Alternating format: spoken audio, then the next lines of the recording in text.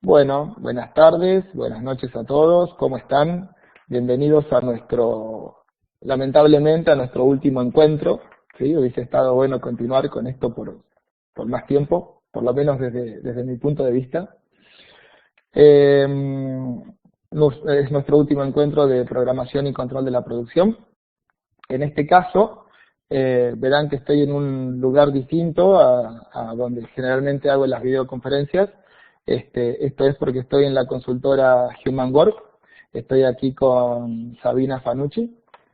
Eh, Sabina es contadora, graduada de la Universidad Nacional del Centro de la Provincia de Buenos Aires, aquí en Argentina.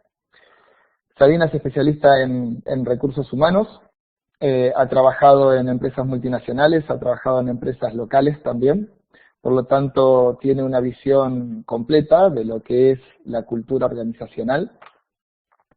Eh, Tiene especializaciones en la parte de recursos humanos, acá con el IAE, que es una escuela de negocios muy importante en Argentina, y también es conocida en el resto del mundo.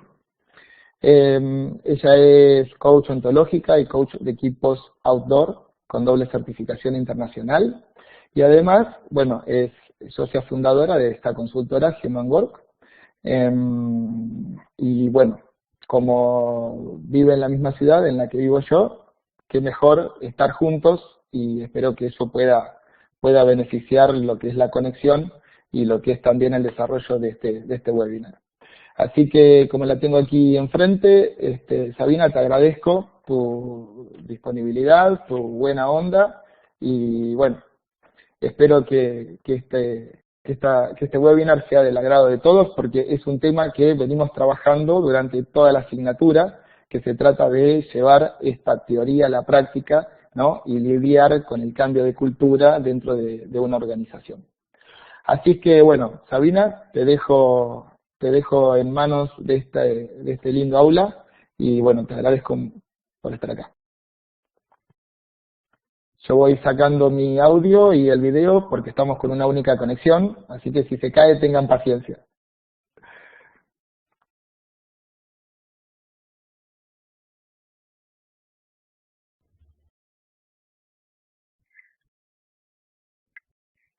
Hola, buenas tardes a todos. ¿Me escuchan? Antes de comenzar quiero agradecer a Marcos en primer lugar por haberme invitado, también extensivamente a los miembros de la OBS Business School, Alex y Guille, que fueron las personas que estuvieron en contacto. Buenas tardes a todos. Como aviso general, lo que les quiero contar es que Marcos va a ser la persona que va a estar leyendo el chat. Si hubiese alguna inquietud o algo que interrumpa, digamos, la charla, no hay ningún problema, la interrumpimos y a partir de ahí seguimos. Y si no, la idea es que una vez finalizada, todas las inquietudes que tengan, él las va a transmitir y las vamos a ir respondiendo al final. Si en algún momento, como dijo Marco, se cortara la conexión, retomaríamos desde donde lo hayamos dejado y ante cualquier inquietud nos encontramos en el chat. En la primera parte de la presentación está mi LinkedIn, ahí el que quiera después nos pondremos en contacto por esa vía. La idea de la charla de hoy es bueno, cómo implementar un nuevo proyecto y no morir en el intento, así que es transmitirles la experiencia de implementación de proyectos en empresas medianas y empresas también pequeñas, ver de qué forma podemos tener algunas cuestiones en cuenta, algunas que tenemos seguramente y otras que tal vez son nuevas, como para garantizar el éxito de la implementación. Como disparador inicial, les pido que compartan conmigo el video que ahora va a colocar Marcos, y después de que finalice ese video, retomamos.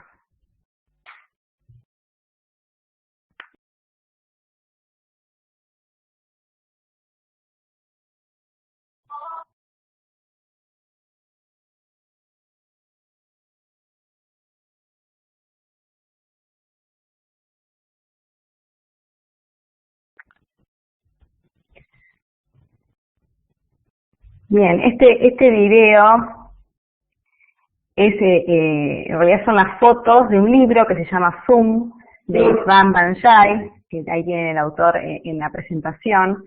Y la idea de compartirlos con ustedes para iniciar es un poco la conclusión que yo por lo menos le he dado, la interpretación que le he dado a este libro, de que nuestro punto de vista no es más que la vista de un punto, y que hay tal vez varios puntos de vista simultáneos que, aunque uno no los vea, no quiere decir que estén mal o que estén bien. En realidad hay vistas que nosotros no llegamos a ver porque estamos viendo otras, e incluso hay gente que no logra ver lo que nosotros estamos viendo. En este sentido, cuando uno estudia, cuando uno incorpora alguna formación, algún conocimiento técnico, alguna habilidad nueva, amplía su punto de vista, amplía su perspectiva, y con mucho entusiasmo quiere transmitir esto seguramente a los ámbitos en los que se desenvuelve, la organización, la empresa, los clubes, y muchas veces nos encontramos con que esto que nosotros descubrimos y que estamos viendo, hay otras personas que no logran verlo, o al menos no lo logran ver en ese momento. Así que a partir de esto, es que doy comienzo al tema de implementar un proceso de cambio. Y algunas consideraciones generales. El cambio en realidad no está aislado. Lógicamente el cambio tiene en cuenta un contexto, tiene en cuenta procesos, tiene en cuenta historia de la organización, todo el background de la organización. Y en realidad un cambio no es un cambio aislado, sino que son muchos cambios en simultáneo. Hay varios cambios que se van dando, que dan lugar a algo más grande, que posiblemente sea un quiebre, que a partir de ahí se producen otras cosas. Y en el contexto actual, yo diría que esta actualidad ya viene hace varios años y cada vez más, hay dos características que son muy importantes y que se han potenciado, y es que el entorno, el contexto es muy complejo y que hay mucha incertidumbre.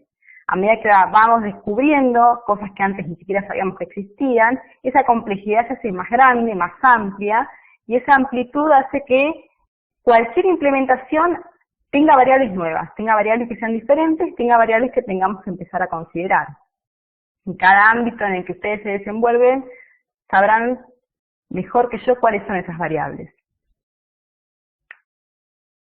¿Por qué es tan difícil cambiar? A veces nos planteamos el hecho de que por qué no cambia, de que esta organización está siempre igual, y la realidad es que cambiar no es fácil, es algo difícil, es algo que genera incomodidad. De alguna forma yo estoy en una zona que es una zona de confort, una zona que conozco, y cambiar implica aprender, cambiar implica que puede que me vaya bien o puede que me vaya mal, entonces en ese sentido esta frustración también hace que yo tenga que tener cierta tolerancia y trabajar mi tolerancia y la frustración, especialmente cuando quiero ser promotor de un proceso de cambio. Genera miedo, y acá con el miedo me gustaría hacer un paréntesis en el sentido de que conceptualmente o culturalmente entendemos al miedo como algo que es malo, o por lo menos así lo entendía yo, y el miedo puede en algunas oportunidades ser una advertencia, y en ese sentido no tiene por qué ser malo. Yo a veces pongo un ejemplo y les digo que si yo estoy en la ruta, manejando a 160 kilómetros por hora, con mis dos nenas atrás, pongo el agravante, y tengo miedo, qué bueno que tengo miedo, que ese miedo me advierta, que hay algo que estoy haciendo que no está bien, y que me permite a partir de eso cambiar. Ahora, si tengo un miedo que me paraliza para ejecutar una acción, bueno, evidentemente ese miedo sí se está transformando en algo que no está bueno, que no es un aliado y que debería trabajar para poder atravesarlo.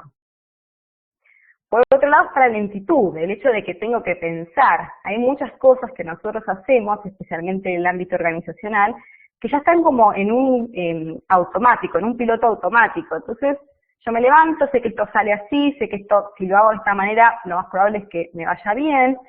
Y si implemento un cambio, si implemento un nuevo proceso, una nueva tecnología, algo que antes hacía en piloto automático, ahora, por lo menos por un tiempo, voy a tener que pensarlo. Eso demora, lo hace más lento, y si tengo en cuenta, digamos, cuál es la meta, lo más probable es que vaya para adelante, pero en ese momento me provoca cierta incomodidad. Y esto de volver hacia atrás, que tiene también que ver con lo anterior, ¿no? Con el hecho de que estoy en mi zona de confort, voy hacia adelante a través de lo que sé, de lo que entiendo, y en algún punto incorporar un cambio hace que tenga que volver a aprender, que tenga que volver para atrás, y acá vuelvo a poner en juego el hecho de cuál es el norte, cuál es la meta y hacia dónde vamos. Cuando yo soy promotor del cambio, todas estas cuestiones, además de internalizarlas, tengo que transmitirlas y tengo que compartirlas y tengo que contagiar a otros.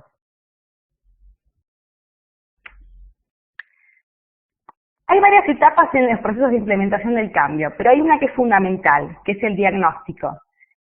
Hay una etapa que nosotros, o por lo menos denomino análisis de diagnóstico, una etapa que es la etapa de implementación, una etapa de seguimiento, una etapa de evaluación posterior.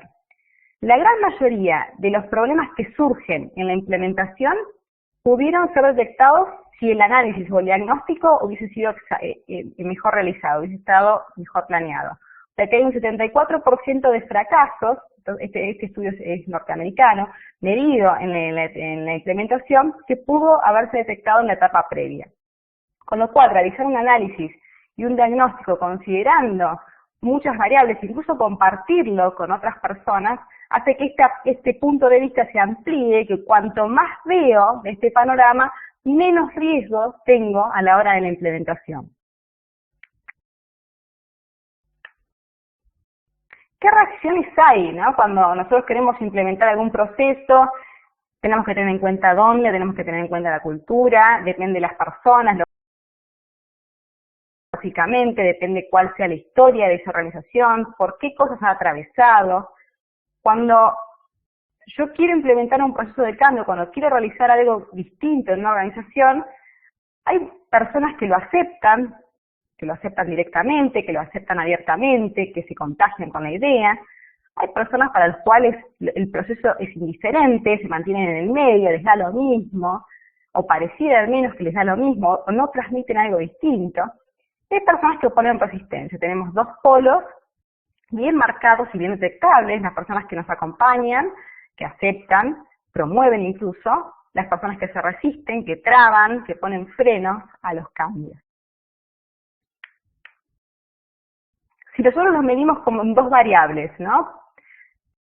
En un eje miramos los objetivos del cambio y en otro eje el proceso del cambio en sí.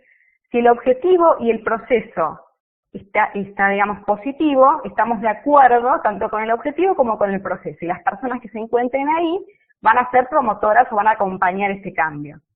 Por el contrario, quienes no estén de acuerdo con el objetivo del cambio y que tampoco estén de acuerdo con el proceso, están en el lado opuesto, en el color rojo, en desacuerdo con el proceso y con el objetivo, y esas personas posiblemente son las que pongan trabas al proceso de implementación. Ahora tenemos mix en el medio, tenemos personas que pueden estar de acuerdo con el objetivo, pero que no están de acuerdo con el proceso de cambio que se ubican arriba a la izquierda, y tenemos otras personas que están en desacuerdo con los objetivos, pero de acuerdo con el proceso. Puede que haya personas, como para ejemplificar el caso de arriba a la izquierda, que, por ejemplo, estén de acuerdo con el objetivo de reducir costos, pero que estén en desacuerdo con desvincular personal para reducir los costos, por ejemplo.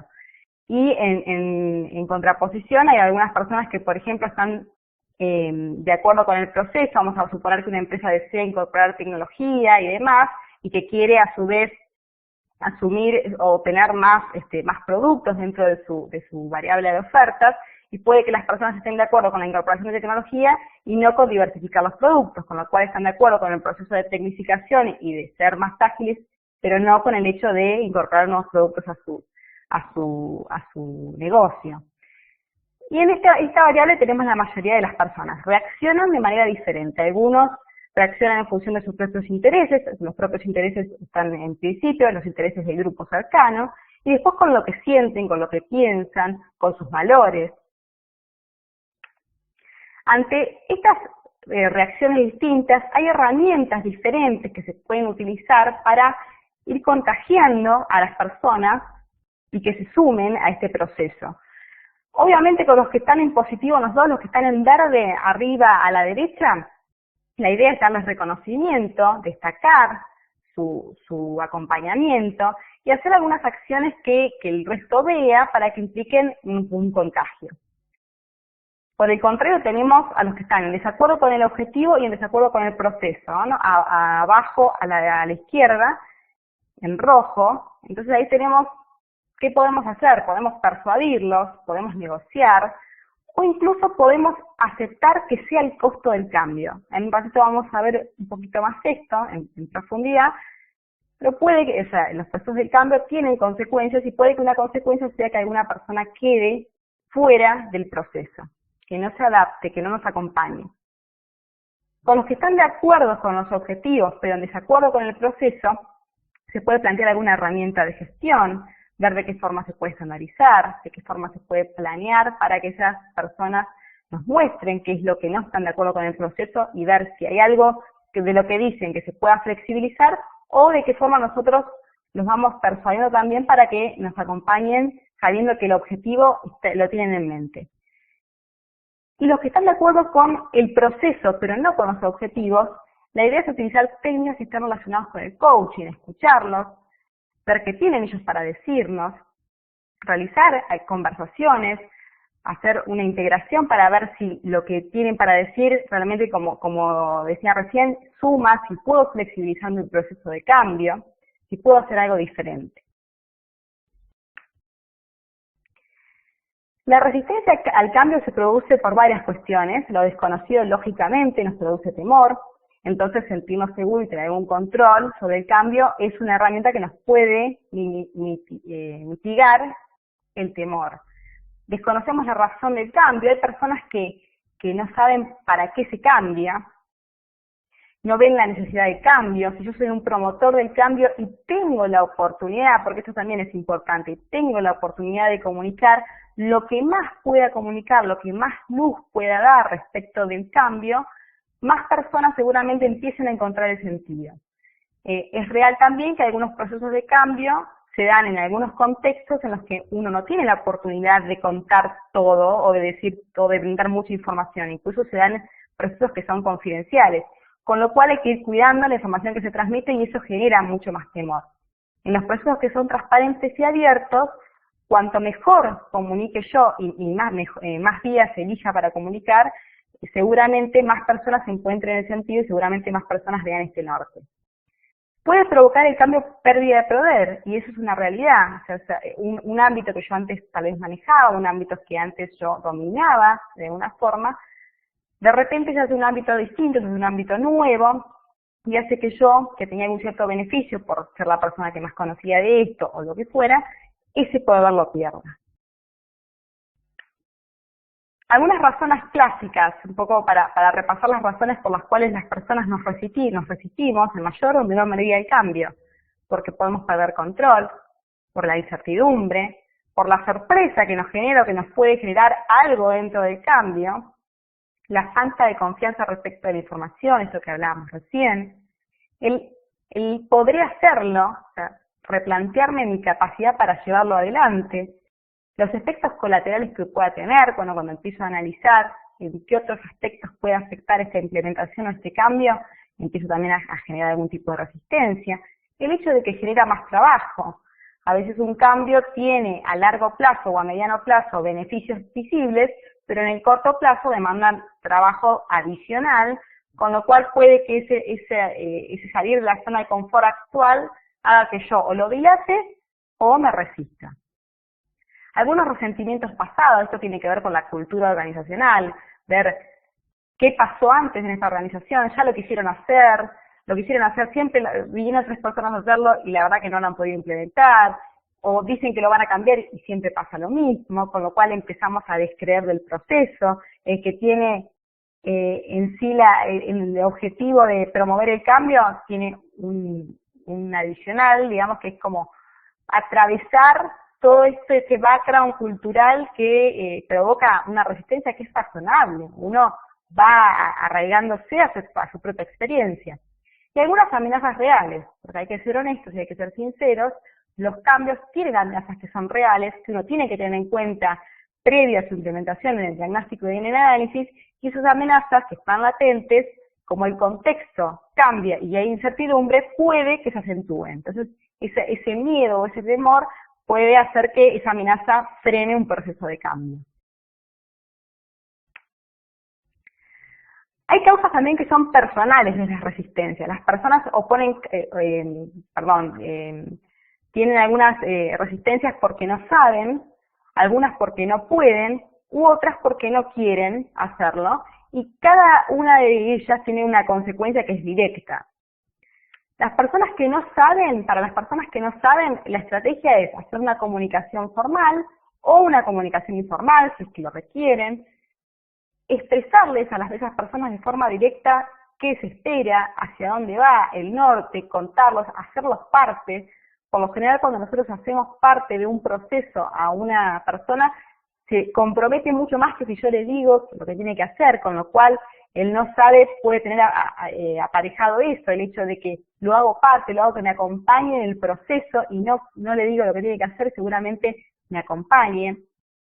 Hay personas que no pueden, que creen que no pueden o que no pueden realmente, con lo cual necesitan algún entrenamiento, un entrenamiento que incluso puede ser técnico, un desarrollo de una habilidad, un acompañamiento tipo mentoring, el hecho de mentorearlos, de acompañarlos, de estar ahí para lo que necesiten, de estar en distintas instancias, porque hay momentos en los que el cambio tiene fluctuaciones, con lo cual hay momentos en los que va a haber frustración. Esa frustración tiene que trabajar la tolerancia, y esa tolerancia, si tiene un mentor ahí que tal vez tiene más experiencia, proceso de implementación de cambio, que ya ha fracasado en alguna otra oportunidad y que le puede transmitir acompañamiento, seguramente esta contención funcione y le sirva para poder atravesar estos baches.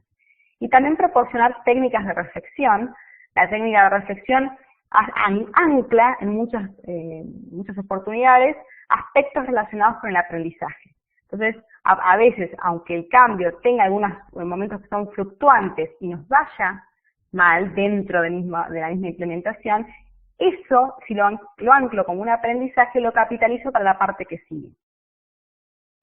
Y después tenemos los que no quieren. Los que no quieren, por lo general, están oponiendo resistencias. Puedo generar algún incentivo externo, puedo escucharlo, puedo intentarlo persuadir, y también puedo analizar si es el costo del proceso. El proceso de cambio tiene un costo, tiene consecuencias, como dijimos recién. Hay gente que nos va a acompañar. Seguramente yo como promotor deberé hacer varias cuestiones para que la mayor cantidad de gente me acompañe. Sin embargo, debo asumir el costo de que alguna persona puede que quede dentro del proceso y que no nos acompañe, que no se adapte. Puede ser el costo del proceso de cambio. Algunos personajes que aparecen. Tenemos los bloqueadores, que son los que oponen resistencia, los que bloquean la implementación, los que se niegan, los que rotundamente dicen acá siempre las cosas se hicieron así. Tenemos los escépticos, que bueno, los escépticos puede ser por una cuestión personal, el hecho de que ya son descreídos, desconfiados de forma natural, o porque vienen de una organización en la que se ha intentado hacer un montón de veces un montón de cosas y ha fracasado, o que no se ha llevado a cabo, por lo cual descreen del proceso también. Tenemos los hacedores, que los hacedores son los que hacen, los que acompañan haciendo. Tenemos los leales, que los leales son los fieles al ámbito organizacional y que acompañan no solo el proceso, sino también lo promueven. Y tenemos en el centro los paladines, que los paladines son aquellos que, como la foto lo indica, promueven y son los impulsores del proceso de cambio. ¿Qué hago con cada uno de ellos? Bueno, respecto de los porcentajes, los paladines lamentablemente son los menos, son el 5% en términos generales. Tenemos aproximadamente un 20% de bloqueadores y un 35% de escépticos, con lo cual con los que tengo que convencer son más de la mitad, por lo general, en un proceso de implementación del proceso de cambio. Y tengo entre leales y hacedores un 40% más. Esto es en términos siempre generales, ¿no? Los bloqueadores, bueno, si ya intenté las técnicas de persuasión y le di incentivos, lo que tengo que hacer es, bueno, darle ya una última oportunidad, y esto que hablábamos recién, ¿no? Los escépticos, tengo que ir trabajando sobre qué objeciones tienen, ir escuchándolos, ir dándoles feedback, y en ese sentido ver qué de eso que descreen puede servirme a mí también para evitar también el fracaso, ¿no? Escucharlos es recíproco, yo los escucho, les doy acompañamiento, y por otro lado, me nutro de información que los escépticos traen para que mi proceso tenga más chances de éxito. A los hacedores tengo que darles más autoridad. La idea de los hacedores es que sean multiplicadores también junto con los leales y los paladines, con lo cual los hacedores, cuanto más autoridad tengan dentro de un proceso de cambio, más posibilidad de contagio existe. A los leales lo que se recomienda es recompensarlos. A veces esta recompensa no tiene que ser en términos económicos. Por lo general asociamos la recompensa con un premio económico. Sin embargo, hay varias formas de recompensar, varias formas de dar, digamos, feedback positivo y recompensarlos que no necesariamente implican una erogación económica. Y con los paladines, que son los últimos y los promotores de este proceso, es importante identificarlos. Es importante identificarlos porque esos van a ser los que me ayuden, si yo soy la promotora del proceso de cambio, a empujar esa piedra como veíamos en la imagen, ¿no? Son los que me ayuden a esta implementación. ¿Cómo reducir la resistencia? Hay varias técnicas. La comunicación es una de las más importantes. Explicar la importancia del proceso, esto de que veíamos al principio, ¿no? Puede que en un proceso de cambio, a partir de una nueva habilidad que yo incorporo, vea cosas que otras personas no ven o no las ven en ese momento. Desde que yo las veo hasta que logro que otra persona lo vea o hasta que otra persona lo ve, pasa un tiempo y en ese tiempo puede que esté solo. En ese sentido, lo que yo les aconsejo es, si creen en el proceso y en el proceso de cambio, es que la seguridad en ustedes mismos para permanecer solos. Eso es una habilidad de liderazgo, ¿no? Seguridad en sí mismos para permanecer solos cuando ven algo que otros no ven. Ese gap que hay entre que yo lo descubrí y que logro que otra persona lo descubra, hace que me encuentre solo. Y en ese camino tengo un camino de evangelización, por llamarlo de alguna forma, en la que tengo que ir contagiando a otros, en la que tengo que ir convenciendo a otros del proyecto, tengo que desarrollar habilidades de negociación, de comunicación, de gestión de personas, explicar por qué es importante, lo que hablábamos recién, los detalles, los efectos que eso tiene, cómo nos va a beneficiar como grupo, como organización, cómo nos va a beneficiar a cada uno de ellos, escuchar las dudas y las preocupaciones, pedir feedback, comunicar que funcionará solo si los acompañan y se apoyan la acción, y siempre que haya algún logro, ir felicitando a las personas por sus logros. Lo que les voy a traer ahora, lo que les traigo, es el hecho de que hay varios, digamos, cuestiones que se trabajan sobre la estrategia para abordar un proceso de cambio. Lo que yo les voy a compartir son claves para mejorar la estrategia, unas claves que están basadas en un libro que se llama Liderazgo sin Límites. Ahora en un ratito se los pongo acá en las slides para que el que quiera lo pueda consultar.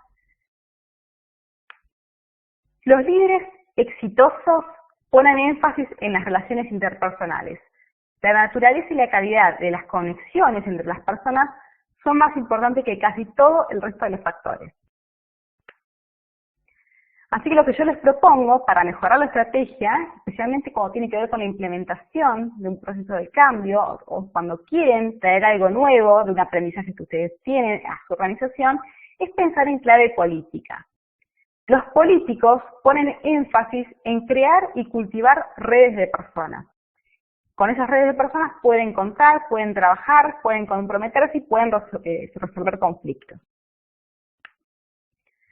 El libro Liderazgo sin Límites, que es el que figura abajo de Pensar en Clave Política, es de Ronald Heifetz y Martin Minsky. Y algunos aspectos esenciales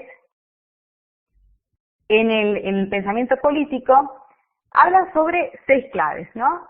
Las primeras 2 claves se refieren a las personas que o están con nosotros o no están con nosotros, y las 4 claves siguientes se refieren a las personas que parecían estar indiferentes, ¿no? Que no se definen, son como el neutro en la estadística.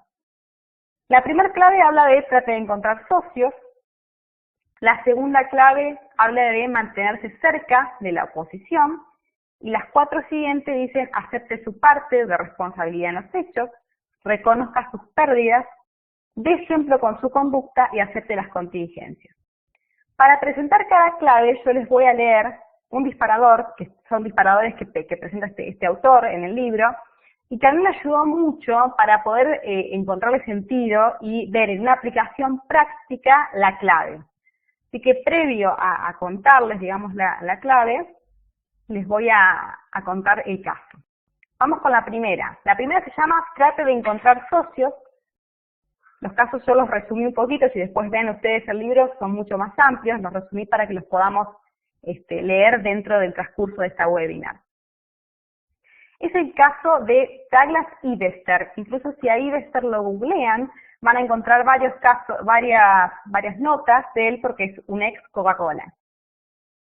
El caso dice así: Ivester también experimentó estos impulsos internos de actuar solo. Nació en el 48 en un pequeño pueblo de Georgia. Era hijo de un capataz de fábrica. Llegó a ser contable y comenzó una carrera en Coca-Cola como auditor externo, incorporándose en la compañía en el 79. Trabajador prodigioso, Ivester llegaba a la oficina a las 7 de la mañana cada día de la semana, incluso los domingos. Escaló rápidamente las categorías organizacionales, resolviendo cada uno de los problemas financieros que se le presentaban, sin importar lo complejo que fueran. Siempre había logrado sacar un conejo de su galera. A los 37 años de edad, fue designado director ejecutivo financiero. Siguió destacándose en su función y desarrolló medidas contables y financieras creativas y métodos que incrementaron el rendimiento neto y la cuota de mercado de Coca-Cola. Su visibilidad y experiencia dentro de la compañía aumentaron al pasar al sector operativo, donde estudió gestión y contrató mentores para cubrir las lagunas de su propio entrenamiento. Pero sus hábitos no cambiaron. Trabajaba muchas horas y atendía hasta los más mínimos detalles. Un trabajo ético de 8 días por semana fue como lo describió la revista Time. Fue ascendido a director ejecutivo. Ivester actuó con la misma pasión y compromiso. Ningún problema era demasiado pequeño para su atención. Ivester solía llevar las cosas hasta el límite. Redujo sus subordinados directos de 16 a 6, degradando en el proceso al afronorteamericano de más alto rango de la compañía. Tomó decisiones acerca de las inversiones, del personal y de las relaciones con los medios, que eran congruentes con su estrategia de incrementar siempre el crecimiento y la cuota de mercado. Pero sus medidas no tomaban en cuenta los intereses a veces contradictorios de la familia extendida de la compañía, los embotelladores, los políticos en las naciones donde Coca-Cola necesitaba expandirse o incluso los clientes. Por ejemplo, discutió con la prensa el desarrollo de una nueva máquina expendedora que podía programar para cambiar los precios, es decir, para aumentarlos en los días calurosos. No consideró el efecto negativo que esto podía traer a los consumidores. Después de solo 2 años en el cargo, Ivester se había enemistado con cada uno de los colaboradores claves, incluyendo su propia junta directiva. Y si bien trataba de hacerlo todo solo, por su cuenta, el resultado neto de Coca-Cola no estaba mejorando. Seguía insistiendo en la junta que si lo dejaban solo, podía tomar las decisiones correctas. Hacerlo todo como siempre lo había hecho, trabajando largas horas y tratando cada problema con su propio intelecto y energía. La junta no estuvo de acuerdo y lo obligó a renunciar en diciembre del 99 al iniciar su tercer año de gestión. A partir de este caso, Trate de encontrar socios, habla sobre la importancia y sobre el hecho de encontrar a otras personas, de sumar a otras personas, y el hecho de que una persona sola, de que el líder solitario ya no existe. El líder es líder gracias a que tiene un equipo a quien liderar, gracias a que tiene personas. El cambio no existe sin otras personas. Los socios aseguran protección, crean alianzas con otros sectores, fortalecen y promueven las iniciativas del líder, otorgan poder informal, legitiman al líder, ¿no?, del proceso. Los socios para los cuales es más difícil el cambio pueden ser muy útiles. Aportan perspectiva a considerar, aportan nuevos puntos de vista, ven cosas que nosotros tal vez no estamos viendo. O sea que si los escuchamos puede que incorporemos o que ampliemos nuestra visión. Se necesita ir más allá de sus seguidores buscando otros socios que estén en diferentes grupos. Esa sería la primera clave. Encontrar socios puede ser difícil porque tenemos que renunciar a la autonomía, a esto de hacerlo todos solos, como hacía Ivester, de hacerlo lo que me siento cómodo. Y además requiere tiempo, cautela y esfuerzo, pero vale la pena. El segundo caso es el caso de Peter y habla sobre mantenerse cerca de la oposición. El caso dice así: como director ejecutivo de una organización filantrópica local, Peter desarrolló y mantuvo refugios para personas desamparadas físicamente e incapacitadas en un suburbio de la clase media alta situado en el sur de Connecticut. Había logrado un récord de éxitos notables. Planificaba cuidadosamente cada proyecto desde la concepción hasta la adquisición del terreno y su edificación, y actuaba con sensibilidad política. Como resultado, consiguió un amplio apoyo de los funcionarios electos y designados en el gobierno local. Luego avanzó en una nueva dirección y se propuso crear un hogar para los residentes con enfermedades mentales del pueblo, que de esta manera podían elegir una opción diferente a la de un hospital remoto o de vivir en las calles. Los residentes potenciales eran personas estables, pero que no podían permitirse alquilar ni comprar una vivienda en esa comunidad. La organización de Peter ya poseía un terreno apropiado, un lote que estaba situado en la carretera principal, próxima a un McDonald's que daba a un área residencial. Peter acudió al funcionario electo del pueblo y recibió su apoyo para solicitar un permiso de la Secretaría de Vivienda y Desarrollo Urbano. Pensaba construir 8 unidades de alojamiento en el sitio. Solo tenía que vencer un obstáculo administrativo más. Era la aprobación de la Comisión de Planificación y Zonificación del pueblo. Peter hizo la mayor parte de la tarea básica. Buscó y recibió un firme apoyo de la tienda de modas local, trabajó con los burócratas del ayuntamiento, y la presidencia del Consejo de Planificación y Zonificación le dijo a algunos amigos que ella respaldaba el proyecto.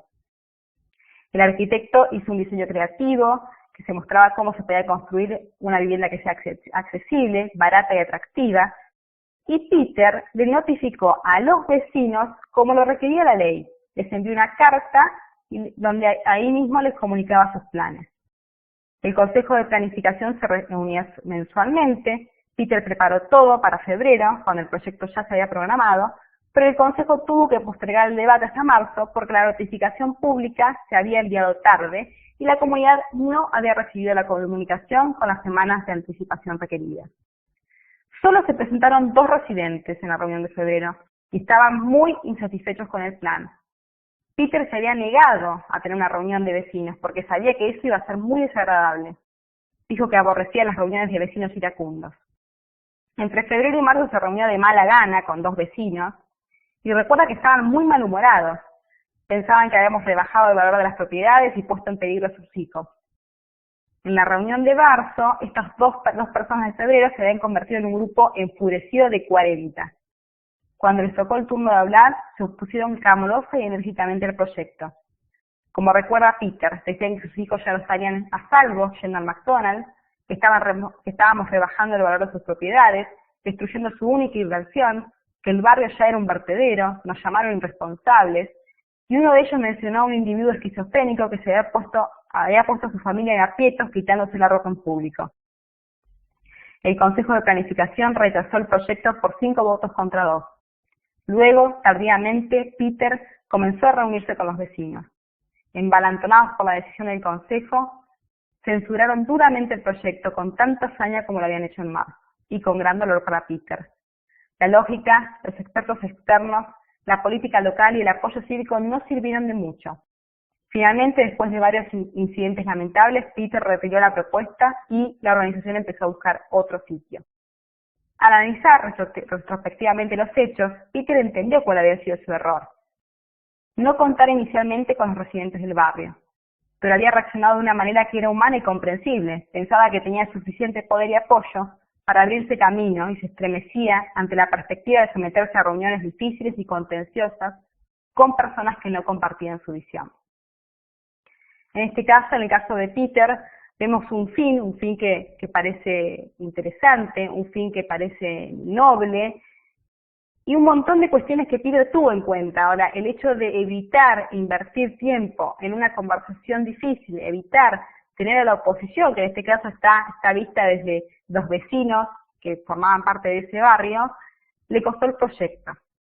Con lo cual, la segunda clave, esto de mantenerse cerca de la oposición, mantenerse cerca de los bloqueadores, tenemos que evitar resistirnos a invertir tiempo en esto, trabajar tan estrechamente con los seguidores como con los oponentes, aceptar que nuestros oponentes representan una amenaza, lógicamente ellos tienen mucho para perder, se van a negar, y también es importante indagar para qué se resisten, por qué se resisten, cuáles son los indicios de su resistencia.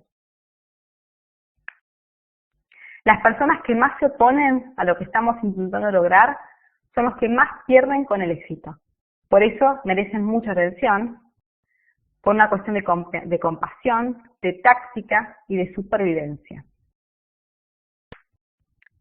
Mientras observamos a los aliados, que fueron los que vimos primero, los socios, y a los oponentes, que fueron los que vimos después, no tenemos que olvidar de los que están en el medio, ¿no? De las personas cautelosas, de las personas imparciales, que también las necesitamos movilizar, porque esas pueden ir para un lado o pueden ir para el otro, ¿no? Todavía no se definieron. Con lo cual es importante que las 4 claves que vienen, si bien sirven para los primeros dos también, las tengamos en cuenta para los imparciales. La tercera clave acepte su parte de responsabilidad en los hechos, y el caso, todos los casos son casos reales, si los googlean los pueden encontrar. El caso es el de Leslie Wexner, que es el fundador y el presidente de una empresa que se llama Delimited. Y tuvo un desafío a principios de los años 90, cuando la compañía empezó a caer en picada. Dice que estaban trabajando duro, pero que no iban a ninguna parte. Wexner había llevado a la corporación a grandes alturas, porque pasó de 4 empleados a 175.000, pero la estrategia ya no producía ningún crecimiento. Después de un magnífico cuarto trimestre del 92, la compañía experimentó 2 años de declive. Wexner contrató a un consultor, un profesor de Harvard, que se llamaba Len, para hacer un análisis muy profundo de los problemas de la compañía y evaluar qué se necesitaba para cambiar. El consultor volvió con 3 mensajes. El primero, tenía que fortalecer las sucursales. Eso tenía sentido para Wexner. El segundo, tendría que despedir una gran parte de la mano de obra de la corporación, quizá incluso un tercio del personal. Wexner, que había conducido siempre la empresa como una empresa de familia, jamás había sido partícipe de despedir empleados. Pensaba que eso iba en contra de sus principios. El tercer mensaje era aún más difícil y calaba más hondo. Len le dijo que él formaba parte del problema. La compañía iba a poder hacer una transición con él o sin él. Pero si optaba por estar con él le tenía que asumir su parte de responsabilidad. Tendría que hacer cambios sustanciales y significativos en sus creencias y en sus conductas. Sin eso, los empleados que continuasen, los accionistas y la junta directiva, no iban a poder plantearse exitosamente continuar sin él. Ese mensaje no le agradó para nada a Wexner. Él estaba acostumbrado a aceptar aclamaciones por el éxito, no a tirar por la borda todos los valores y prácticas que habían sido el sostén de la imagen que tenía de sí mismo. Además tenía 58 años y le cuestionaba la capacidad para admitir errores y para enmendarse. Wexner usa una metáfora para describir su sentimiento. Era como un deportista entrenado para ser jugador de béisbol, y un día alguien me da una palmadita en el hombro y me dice, ¿jugarás al fútbol americano? Y yo digo, no, soy jugador de béisbol, no sé cómo jugar al fútbol, no mido 1,90, no peso 120 kilos. Pero si ya nadie valora el béisbol, el jugador de béisbol va a estar fuera de combate. De modo que me miré al espejo y me dije, no seas tonto, a nadie le gusta ver un partido de béisbol, pasate ya al fútbol americano. Wexner creía en Len, así que dolorosamente comenzó a aceptar su parte de responsabilidad. Se comprometió a realizar la transformación personal y empresarial. Contrató a un entrenador ejecutivo para que lo ayude a asumir los nuevos métodos y actualizarse. El personal de la compañía y los accionistas y prestamistas notaron los cambios que le estaba haciendo y comenzaron a entender que estaba de su lado, abordando problemas difíciles, asumiendo responsabilidad y riesgos, afrontando el futuro incierto. Aplicó su mensaje y con eso evitó convertirse en un blanco de los ataques que se produjeron durante gran parte del largo periodo de transformación. Su compromiso personal le ayudó a influir en el ánimo de los empleados. Wexner cambió, sobrevivió y prosperó, lo mismo que la empresa, que Delimited. Entre el 96 y el 2001, la compañía aumentó sus ventas en un 50%, un margen operativo del 4%, con 1.000 tiendas menos y una mano de obra reducida de 124.000 empleados. En este caso, el caso de Wexner, el profesor de Harvard, le dice algo que es difícil, ¿no? Le dice que él es parte del problema. y por lo general al dueño no se le dice que es parte del problema, por lo menos nadie se anima a decírselo. Y más allá de lo que le dijeron, lo importante o lo que se rescatamos es que él lo vio, lo aceptó, dijo, yo soy parte del éxito de esta organización y también soy parte del problema, y si quiero seguir haciendo esto un éxito, tengo que cambiar. Así que es importante tomar la iniciativa, abordar el problema y la responsabilidad también de asumir qué cuota del problema soy parte, identificar y aceptar la responsabilidad de las contribuciones a la situación actual. O sea, esto que decíamos recién, ¿no? No solamente soy parte de los éxitos, sino también soy parte de las cosas que no van tan bien. La dinámica se puede convertir en usted contra ellos, pero si está con ellos, deja de ser tan vulnerable al ataque. Vamos a la cuarta práctica, la cuarta clave, del pensamiento político, es reconozca sus pérdidas. Este caso es muy largo, yo lo resumí mucho, pero Martin Luther King es una persona conocida, con lo cual posiblemente muchos de ustedes ya conozcan la historia. La cuarta dice así: ¿es posible pedirle a la gente que cierre la brecha que se abre entre sus valores adoptados y su conducta actual? Eso fue lo que hizo Martin Luther King cuando desafió a los norteamericanos durante el movimiento de los derechos civiles. El trato hostil que él y sus aliados recibieron en las marchas y demostraciones dramatiza la brecha que existe entre los valores tradicionales de libertad, justicia y tolerancia de los norteamericanos y la realidad de vida para los negros. Él obligó a muchos norteamericanos que se creían buenas personas, que vivían en una buena sociedad, a afrontar el abismo entre los valores y la conducta. Y una vez que lo hicieron, tenían que actuar. El hecho de ignorar la propia hipocresía no quiere más que renunciar al status quo. La nación cambió. En este caso, lo que hace Martin Luther King es empatizar con que la pérdida tiene un costo. Él empatiza con la pérdida, algo que para él no significaba algo difícil, entendió que para otras personas sí. Por lo general, les pedimos a las personas que dejen atrás algo con lo que han convivido por muchos años, con lo cual, o incluso generaciones, los abuelos, los tíos, los primos, piensan que eso es lo que vale, eso es lo verdadero. Exige cierta deslealtad del cambio a las raíces, y eso representa una pérdida. Muchos líderes son rechazados porque no registran el sacrificio de otros, porque a ellos no les requiere ningún sacrificio. Y la diferencia entre esos líderes y Martin Luther King es que él descubre que este cambio que les está pidiendo a los norteamericanos implica para ellos un cambio de paradigma, implica una pérdida. Empatizar con esa pérdida es lo que lo hizo, ¿no? Hizo la diferencia. ¿Para qué cambiar? Ante las contradicciones internas que requieren los procesos, las personas están dispuestas a hacer algún sacrificio si ven que hay alguna razón que es válida, ¿no?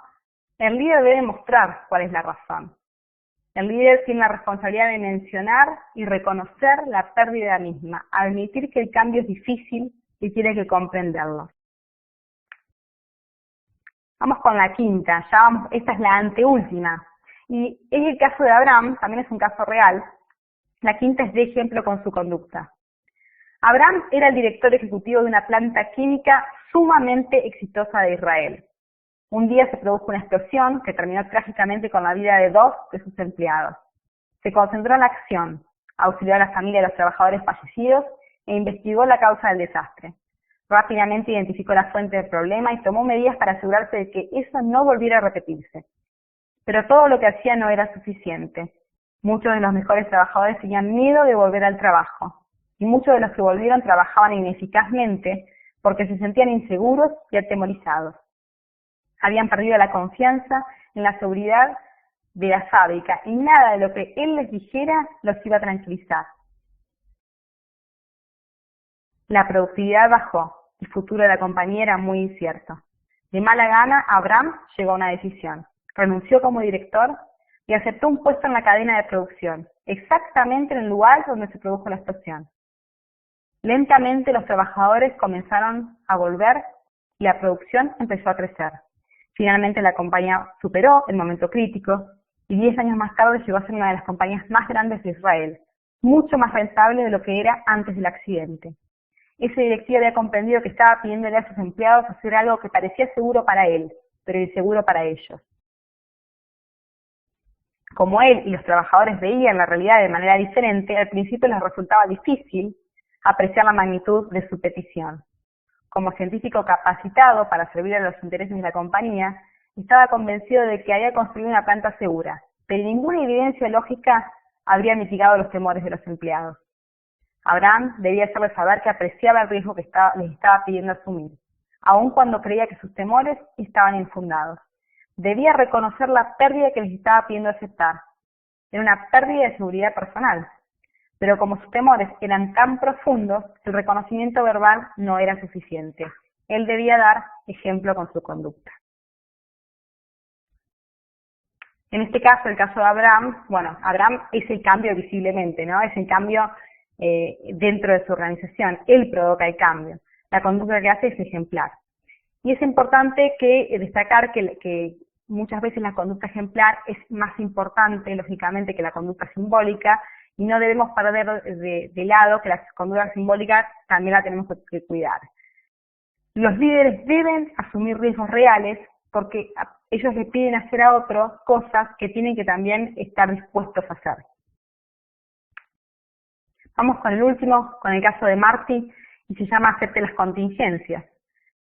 Hace algunos años, Marty asesoró a una compañía que realizaba una gestión técnica para la industria de la defensa. La organización había disfrutado de una larga y exitosa trayectoria, pero la caída del muro de Berlín en el 89 la introdujo en una nueva era. La Guerra Fría había quedado atrás. El nuevo director ejecutivo comprendía que la competencia por los contratos estaba siendo más difícil, que ya no podía depender de su reputación y esperar que el trabajo viniera a sus manos. Empezó a pensar en cambiar la empresa, hacerla más agresiva, agregar nuevas creaciones a su línea de productos. Para muchos de los empleados más antiguos y respetados, eso era muy difícil de aceptar. Por iniciativa del director ejecutivo, el equipo gerencial se reunió fuera de la compañía durante 2 días para planear y discutir la futura dirección. La mayoría se convenció y aceptó la dura realidad. Para sobrevivir había que renunciar a algunas cosas que conocían y que apreciaban. Al final de la discusión, el director mantuvo una reunión decisiva. Quería la aprobación del nuevo plan y preguntó a cada uno de los participantes si estaba de acuerdo con el programa. Uno por uno contestó afirmativamente, algunos con gran actitud.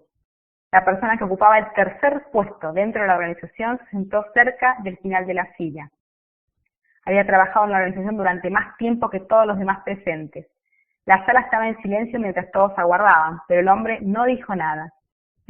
Lentamente se puso de pie y abandonó la sala. Recogió sus maletas, volvió, vació su oficina y dejó su carta de renuncia sobre el escritorio del director. No podía soportar las contingencias. La disposición del director a aceptar su renuncia demostró al resto del equipo su compromiso con el cambio. Este es el caso que hablábamos hoy, o que hablamos en algunas oportunidades, sobre el hecho de que el cambio tiene consecuencias y muchas veces algunas personas quedan fuera del proceso. Muchas veces hay personas que no aceptan el cambio.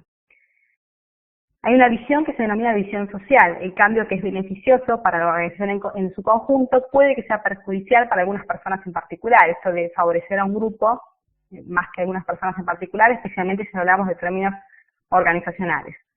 Algunas personas lamentablemente no pueden adaptarse al cambio, con lo cual el líder debe elegir entre conservarlos o continuar el proceso dejando irremediablemente personas atrás. Es real que sería ideal convencer a todos, pero la realidad es que eso es un ideal poco cercano a la realidad, con lo cual hay personas que seguramente queden en el camino al implementar un proceso de cambio. Cuanto más drástico sea el cambio, posiblemente más personas queden en el camino. La capacidad de aceptar la dura realidad de las pérdidas proporciona un mensaje claro respecto del compromiso. Acá están las 6 claves: encontrar socios, mantenerse cerca de la oposición, aceptar la parte de responsabilidad de los hechos, reconocer las pérdidas, dar ejemplo con la conducta y aceptar las contingencias. El sentido de estas claves es que si las incorporamos en estrategias de incorporación de cambios, la idea es que las incorporemos desde el principio, desde la planeación, para tener éxito durante todo el proceso y que la implementación sea exitosa y que lo podamos llevar a cabo. El mito del líder como un guerrero solitario es un camino seguro hacia el suicidio heroico. Es una frase que simboliza el hecho de que ya no existe el líder solitario, que ya cualquier proceso de implementación de cambio requiere de otras personas, y esto de que hacerlo todo solo y ser omnipotente no va. El cambio implica pérdida, empatizar con esa pérdida es la clave del éxito, como vimos en la clave 4. Bueno, de mi parte, no tengo nada más para agregar. Espero que hayan podido seguir mis pasos. No es así, de todas maneras va a quedar a disposición. Incluso le puedo facilitar a Marcos los casos para los que no tengan el libro o los que no deseen tener el libro. Pero la idea es que tuvieran la ejemplificación y que pudieran también visualizarlo. Fantástico, Dina, excelente. Bueno, ahora vamos a hacer alguna sesión de consultas. Ahí recién estaba tomando nota Karen, hace unos minutos nada más, preguntaba cuál era la diferencia entre la conducta simbólica y la conducta ejemplar. Mi interpretación, Karen, ¿es verdad? Sí. Karen, mi interpretación de esa diferencia en lo que refiere a conducta simbólica es lo que nosotros proponemos, lo que nosotros parecemos, ¿no? La conducta simbólica tiene que ver con lo que yo muestro y la conducta ejemplar con lo que yo hago. Con lo cual, lógicamente, lo que yo hago, el hecho en sí, tiene mucho más peso. Ahora, lo que yo digo y lo que yo muestro tiene que ser congruente. A eso se refiere, ¿no? La conducta simbólica tiene más que ver con lo que yo digo y con lo que yo muestro, y la conducta ejemplar con lo que yo hago. No sé si hay alguna otra consulta. Responde Karen.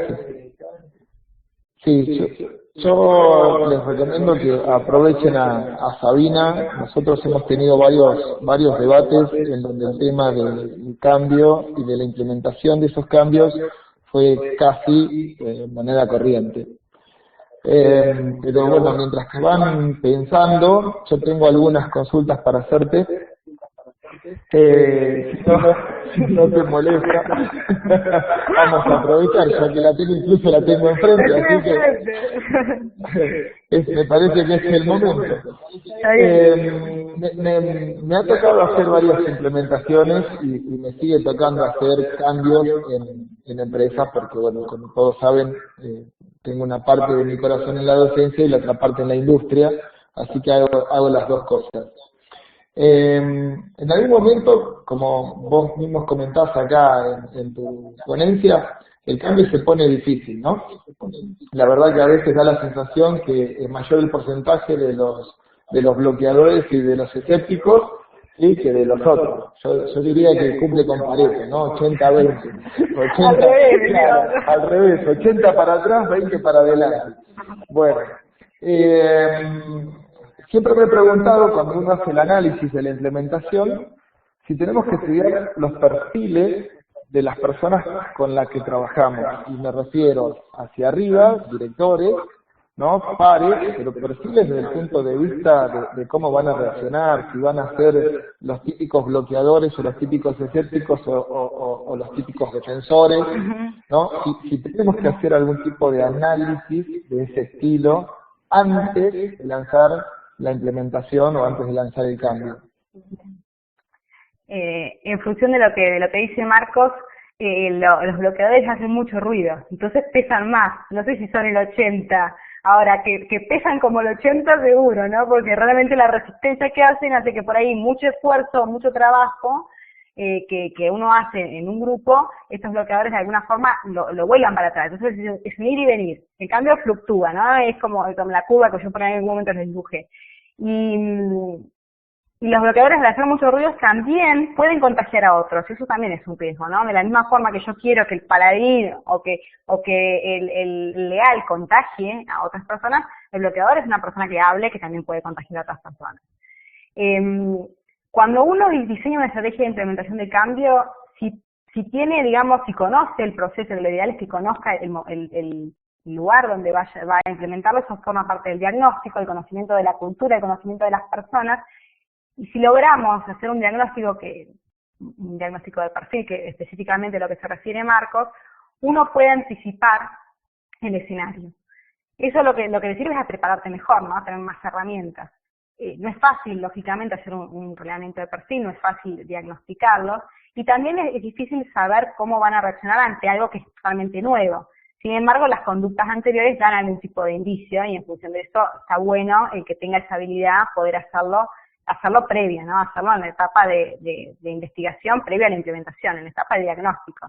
Eso forma parte del diagnóstico. Cuanto más variables yo identifique ahí, incluso de la gente que van a ser los promotores o los beneficiarios o los perjudicados ante el cambio, mejor me puedo preparar. Es una herramienta adicional, ¿no? Lógicamente se sugiere hacerlo en esa instancia. ¿Crees que es recomendable que todo manager tenga algún conocimiento en sociología organizacional?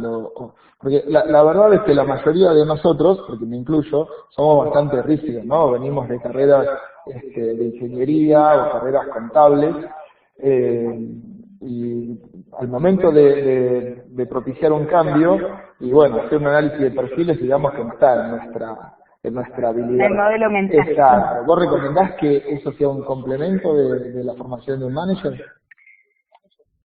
Mira, desde mi perspectiva, un manager, independientemente de la formación técnica, debería complementar las habilidades blandas de la mayor cantidad de habilidades blandas que pueda, ¿no? Y que su tiempo le permita.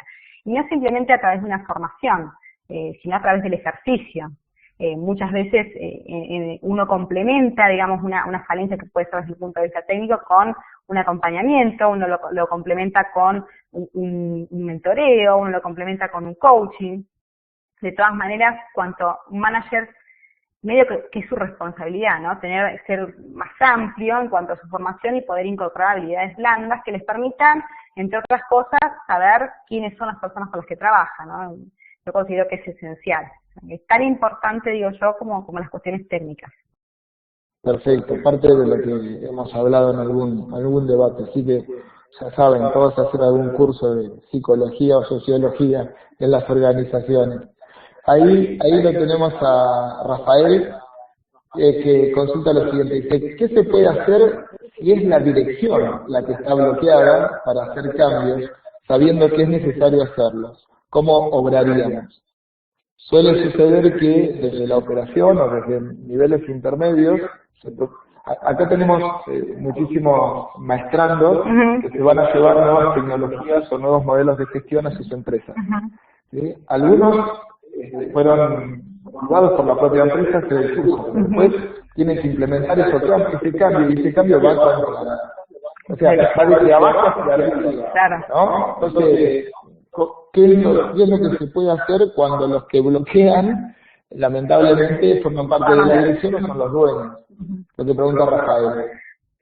Rafael, si bien no es una receta, ¿no? Yo les doy la sugerencia en función de las experiencias que hemos tenido y de la consultoría que hacemos.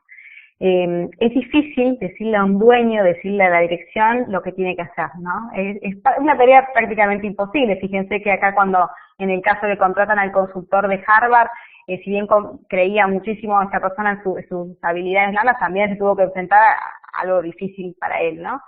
Con lo cual, una de las sugerencias más importantes sería que forme parte la persona del proyecto, desde el proyecto.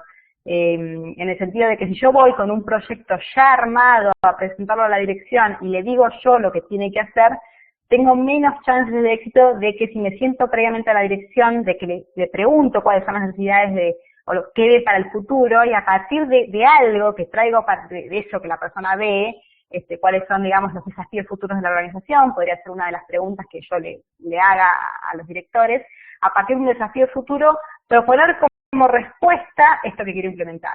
Entonces, de alguna forma, lo hice parte del proceso. Y si veo que se resiste a la propuesta de solución, ver de qué forma se lo muestro distinto.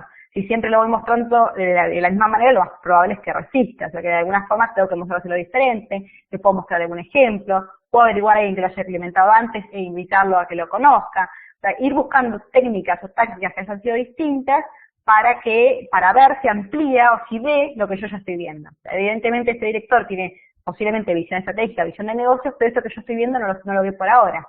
Con lo cual yo tengo que tener esa habilidad de mostrárselo y de ir buscando alguna cuestión que sea distinta, algún recurso que sea diferente para que funcione. O la idea es que llegue. No sé si hay alguna... Aina comenta, dice, todos los técnicos deberíamos hacer marketing también. Es cierto. Estrategias más que de marketing, de comunicación, ¿no? De cómo tratar de que ese director o que ese jefe apoye el cambio o haciendo que la idea surja desde él. A veces cuando la idea surge directamente desde el director o desde el dueño, o sea, va como idea de él. Claro, nosotros tenemos que lograr de alguna manera que él proponga eso que nosotros queremos que proponga, ¿no? O sea, o algo más difícil, por ahí hacerle creer que él lo propuso. Claro. Hacerle creer que lo propuso, o hay que ver cuál es el fin también, ¿no? Si el fin es que el proceso se implemente, es indistinto de quién surge la idea para mí, ¿no? Para mí que yo quiero que se implemente. O sea, que si en realidad la idea fue mía, pero yo lo hago dueño de esa idea al promotor, bueno, será parte de mi estrategia. Ahora, si yo quiero que me reconozcan por la idea, eso es algo distinto. Ahí hay un conflicto de intereses entre qué es lo que yo quiero. Si quiero que se proponga algo, que algo cambie, o si quiero que me reconozcan a mí como promotor. En la primera parte, bueno, cedo el trono al dueño, cedo el trono al promotor y bueno, y en la segunda parte podría hacerme dueño yo de la implementación y de la idea también. Hay que utilizar estrategias diferentes dependiendo cuál sea el contexto, ¿no? Por eso es tan importante la etapa del análisis. Es distinto una empresa grande o una multinacional versus una familiar. Sí, claro. En la multinacional, por ahí es mejor que te reconozcan, que sepan que la idea salió de vos, y en la familiar, más por los resultados, porque a veces más arriba no puede llegar. Pero bueno. En realidad, lógicamente, a la mayoría de las personas nos importa el reconocimiento, ¿no? A la mayoría de las personas nos gusta, nos importa. Ahora, si hacemos de nuestro lugar de trabajo, a partir de una implementación, un mejor lugar de trabajo, hay intereses que por ahí son distintos y uno tendrá que ver cuál pesa más, si pesa más el reconocimiento o si pesa más que mi lugar de trabajo sea mejor, y en este caso, depende de esa ponderación, será cuál sea la acción que tomo. Perfecto. ¿Qué más? Consulten. ¿Qué más? Yo tengo una más, no sé si largarla ahora o dejarla para el final.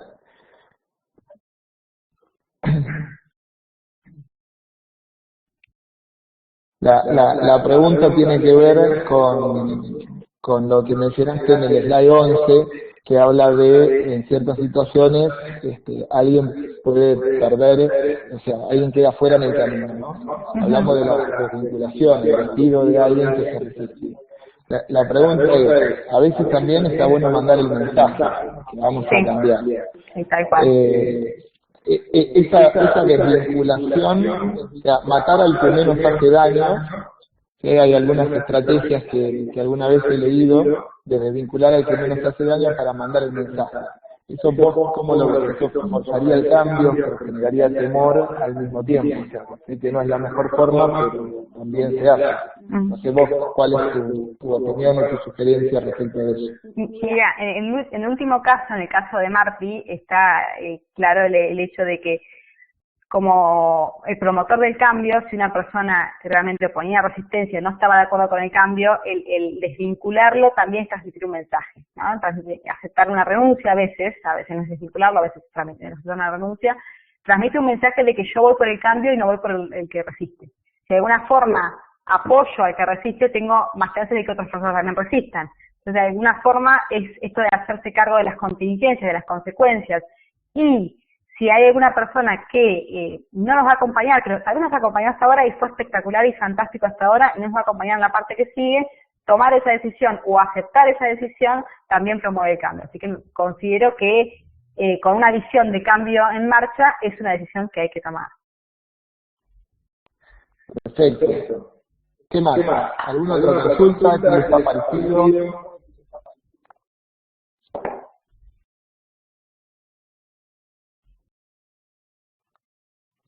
Muy interesante, dice Aina.